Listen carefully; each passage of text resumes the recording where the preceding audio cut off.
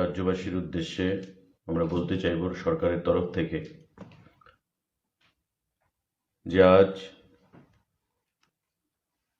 প্রভাতী একটি দৈনিক পত্রিকা আমাদের, তাতে সিপিআইএম দলের রাজ্য সম্পাদক জিতেন চৌধুরী বলেছেন যে কিছু মন্ত্রী রাজ্য সরকারের তোল্লা তুলছেন এবং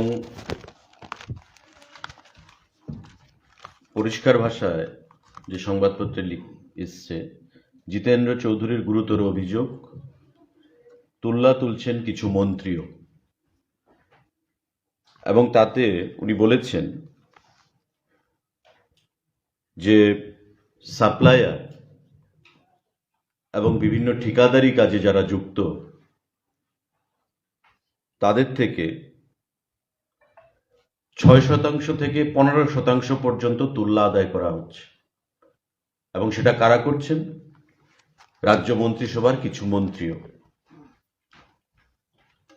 এটা গুরুতর অভিযোগ, সঠিকভাবেই লিখেছে সংবাদপত্রে যে গুরুতর অভিযোগ এনেছেন উনি রাজ্যের মন্ত্রিসভার নাম না করে কিছু মন্ত্রীর বিরুদ্ধে। তো আমি রাজ্য সরকার এবং মন্ত্রিসভার পক্ষ থেকে মাননীয় জিতেন্দ্র চৌধুরী মহোদয়কে চ্যালেঞ্জ জানিয়ে বলছি, যেটা প্রমাণ করুন যে কোন কোন মন্ত্রী তোল্লা আদায় করছে 6% থেকে 15% পর্যন্ত। বিগত দিনের বামফ্রন্ট সরকারের সঙ্গে আসলে উনি এই সরকারটাকে মিলিয়ে ফেলেছেন। উনিও তো আরডি মন্ত্রী ছিলেন, আরডি দপ্তরের দায়িত্বপ্রাপ্ত। আদা কেলেঙ্কারির ঘটনা সাবরুমের প্রত্যেকেরই জানা রয়েছে। আমাদের রাজ্যে বর্তমান সরকারের আমলে এমন ধরনের কোনো কেলেঙ্কারি এখন পর্যন্ত সংগঠিত হয়নি। উনি বলছেন যে মন্ত্রী 6% থেকে 15% নিচ্ছে ঠিকাদারি কাজ থেকে এবং সাপ্লায়ারদের কাছ থেকে। এটা প্রমাণ করতে হবে ওনাকে। আমরা সময় দিলাম, আপনি এটা প্রমাণ করুন, নতুবা আমরা আইনানুগ ব্যবস্থা নেব। রাজ্য সরকার এটা ট্রান্সপারেন্ট সরকার, স্বচ্ছ ভাবমূর্তি নিয়ে চলতে চাইছে এই সরকার, এবং ইতিমধ্যে যে সমস্ত সিদ্ধান্ত রাজ্য সরকারের গৃহীত হয়েছে বিগত প্রায় 4 বছরে, প্রতিটা ক্ষেত্রে স্বচ্ছতা সেখানে প্রমাণ রেখেছে। প্রতিটা ক্ষেত্রে আমরা স্বচ্ছ ভাবমূর্তি নিয়ে রাজ্যের মানুষের জন্য সেখানে কাজ করে যাচ্ছি। বিগত দিনে আমরা দেখেছিলাম ব্লকে ব্লকে শত শত কোটি টাকার দুর্নীতি আরডি দপ্তরে, এবং জিতেনবাবু আজকে পার্টির সম্পাদক, উনিও আরডি দপ্তরের মন্ত্রী ছিলেন। সাতচাঁদ ব্লকের আদা কেলেঙ্কারি, যার পৃষ্ঠপোষক কে ছিল জিতেনবাবু নিজেকে জিজ্ঞাসা করবেন। স্বাস্থ্য দপ্তরের বিগত দিনের কেলেঙ্কারি, সোসাইটি কেলেঙ্কারি, প্রতিটা ব্লকে কেলেঙ্কারি, চাকরি কেলেঙ্কারি, এবং পঞ্চায়েত থেকে মহাকরণ পর্যন্ত দুর্নীতির যে একটা নেটওয়ার্ক তৈরি হয়েছিল বামফ্রন্ট সরকারের আমলে, সেই জিনিসটা কিন্তু আজকে আমাদের সরকারের আমলে পরিলক্ষিত হচ্ছে না। আজকে তাই পার্টির সম্পাদক সিপিআইএম দলের মাননীয় জিতেনবাবু প্রতিদিনই আমরা দেখছি যে সাংবাদিক বৈঠক করে প্রল্লাপ বলে ফেরাচ্ছেন। কখনো বলছেন এই সরকার আর থাকবে না, কখনো বলছেন দুর্নীতিতে নিমজ্জিত হয়ে গেছে এই সরকার। বিভিন্ন ইস্যু নিয়ে প্রতিনিয়ত সাংবাদিক বৈঠক করে বেড়াচ্ছেন, অথচ ভুলে গেছেন যে এই সরকারের সময় আমাদের টিএসআর এর রিক্রুটমেন্ট থেকে শুরু করে, আমাদের টিপিএসসির রিক্রুটমেন্ট থেকে শুরু করে, আমাদের ই টেন্ডার পরিষেবা চালু থেকে শুরু করে, ভুয়া রেশন কার্ড বাতিল থেকে শুরু করে, যেখানে প্রায় 70,000-এর কাছে ভুয়া রেশন কার্ড ছিল। তাদের ক্যাডাররা যেই ভুয়া রেশন কার্ড দিয়ে লুটে পুটে খেত গরিব অংশের মানুষের জিনিসপত্র, সেই ভুয়া রেশন কার্ড আমরা বাতিল করেছি, প্রায় 70,000। দুর্নীতি বামফ্রন্ট সরকারের ছিল অঙ্গের ভূষণ। আজকে আমাদের সরকারকে কালিমালিপ্ত করে ওনারা মানুষকে সেখানে আগামী দিনে বামফ্রন্টের পক্ষে আনতে চাইছেন, যেটা কোনোদিনও সফল হবে না। আপনি প্রমাণ করুন কোন মন্ত্রী 6% থেকে 15% পর্যন্ত কমিশন নিচ্ছে, যেটা বলছেন তুল্যা আদায় করছেন। আমরা আইনানুগ ব্যবস্থা নিচ্ছি এবং আপনারা জানবেন আগামী কিছুদিনের মধ্যেই আমরা কি ব্যবস্থা নিতে চলেছি। আইন দপ্তরকে বলা হয়েছে বিষয়টা দেখার জন্য এবং সঠিক সময়ে আমরা সঠিক সিদ্ধান্ত আমরা গ্রহণ করব যদি উনি প্রমাণ করতে না পারেন, নতুবা ক্ষমা চাইতে হবে ওনাকে নিঃশর্তভাবে রাজ্য সরকারের কাছে, মন্ত্রিসভার কাছে এবং রাজ্যের জনগণের কাছে, মানুষকে এই ভুল তথ্য সেখানে পরিবেশিত করার জন্য। আজকে এই প্রতিবাদের জন্য যেটা আমরা প্রতিবাদ জানাই, ধিক্কার জানাই তাদের এই দেউলিয়াপনা, দেউলিয়া মানসিকতার জন্য। সারা দেশে হারিয়ে গেছে, ত্রিপুরা রাজ্য 18 সালে নির্বাচনে হারিয়ে গেছে, এখন মানুষ ওনার থেকে মুখ ঘুরিয়ে নিয়েছে।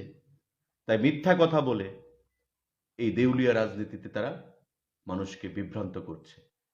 আমরা জনগণের সরকার, প্রতিটা ক্ষেত্রে স্বচ্ছতার প্রমাণ রেখে আমাদের সরকার কাজ করে চলেছে এবং যেটা আমি বলেছি যে টিএসআর স্বচ্ছতা রয়েছে বলেই বিগত টিএসআর যে রিক্রুটমেন্ট হয়েছে তাতে বামপন্থী ঘরের ছেলে মেয়েদের ঘরেও চাকরি গেছে।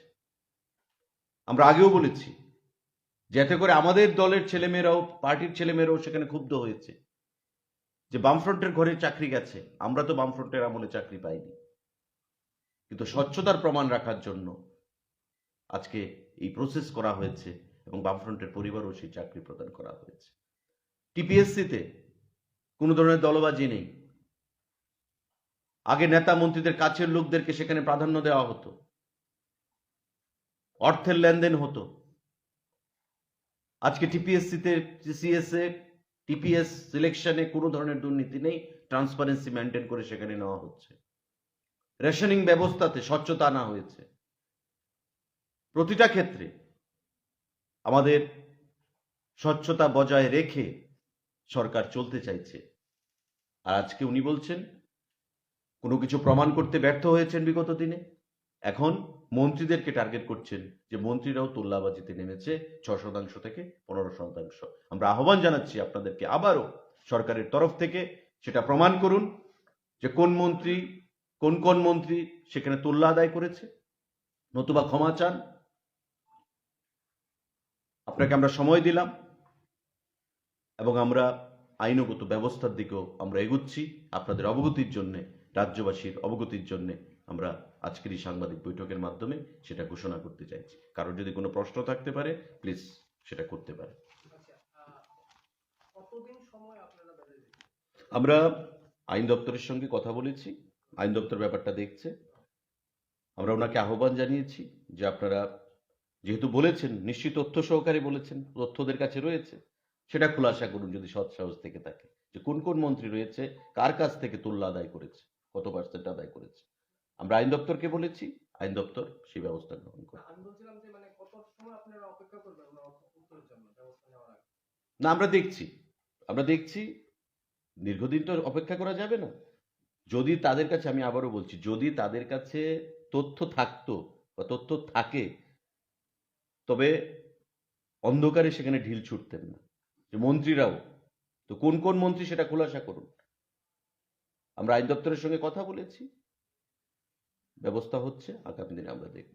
বর্তমান সরকারের কাজে স্বচ্ছতার উদাহরণ দিতে গিয়ে আপনি বেশ কয়েকবার টিএসআর নিয়োগের প্রক্রিয়াটার উদাহরণ তুলেছেন, কিন্তু পাশাপাশি এটাও দেখা যাচ্ছে যে কিছুদিন আগে যে টিএসআর নিয়োগ প্রক্রিয়াটা মানে নাম ঘোষণা হলো প্রার্থীদের, সেই ঘটনার পর গোটা রাজ্য জুড়ে টিএসআর এর নিয়োগ নিয়ে একটা মানে একটা মাস অভিযোগ উঠে এসেছে। তো এই অভিযোগগুলিকে পাশে রেখে আপনি কিভাবে দাবি করছেন যে আপনি মানে সব স্বচ্ছ? অভিযোগ তো নরেন্দ্র মোদীর বিরুদ্ধে ওঠে, অভিযোগ তো আপনার বিরুদ্ধে আমি করতে পারি। তো তো অভিযোগ করলেই যে এটা বাস্তব সেটা তো নয়, এটাকে সাবস্টেনশিয়েট করতে হবে, প্রমাণ করতে হবে। কিন্তু অনেকে বলেছে যে মামলা হবে, মামলার ধমক দেখানো হয়েছে। অশান্তির পরিবেশ তো দেখুন হবেই। 1200-1300 টিএসআর রিক্রুটমেন্ট হয়েছে, সেখানে প্রত্যাশী ছিল হাজার হাজার। তো সবাই তো পাবে না। স্বচ্ছতা হয়েছে, আমি তো বললাম স্বচ্ছতা হয়েছে বলেই তো বামফ্রন্টের ঘরের ছেলে মেয়েদের ঘরেও চাকরি গেছে। স্বচ্ছতা রয়েছে বলেই টেটের মাধ্যমে বামপন্থী ছেলেদের ঘরেও চাকরি যায়। প্রাক্তন বিধায়কও চাকরি পেয়েছে বর্জলা কেন্দ্রে। স্বচ্ছতা রয়েছে বলেই এখন পর্যন্ত এলিগেশন আনা যেতে পারে, অভিযোগ আনা যেতে পারে, কিন্তু এটাকে সাবস্টেনশিয়েট করা, প্রমাণ করা, সেটা করা যাচ্ছে না। এটাই প্রমাণ যে সরকার প্রতিটা স্টেপ স্বচ্ছতার সঙ্গে নিচ্ছে এবং আগামী দিনেও সেটা বজায় থাকবে। তাই তাদের কাছে কোনো রাজনৈতিক ইস্যু নেই। তাই এখন প্রেসমিট করতে হবে, নিজেদের এক্সিস্টেন্সকে জানান দিতে হবে।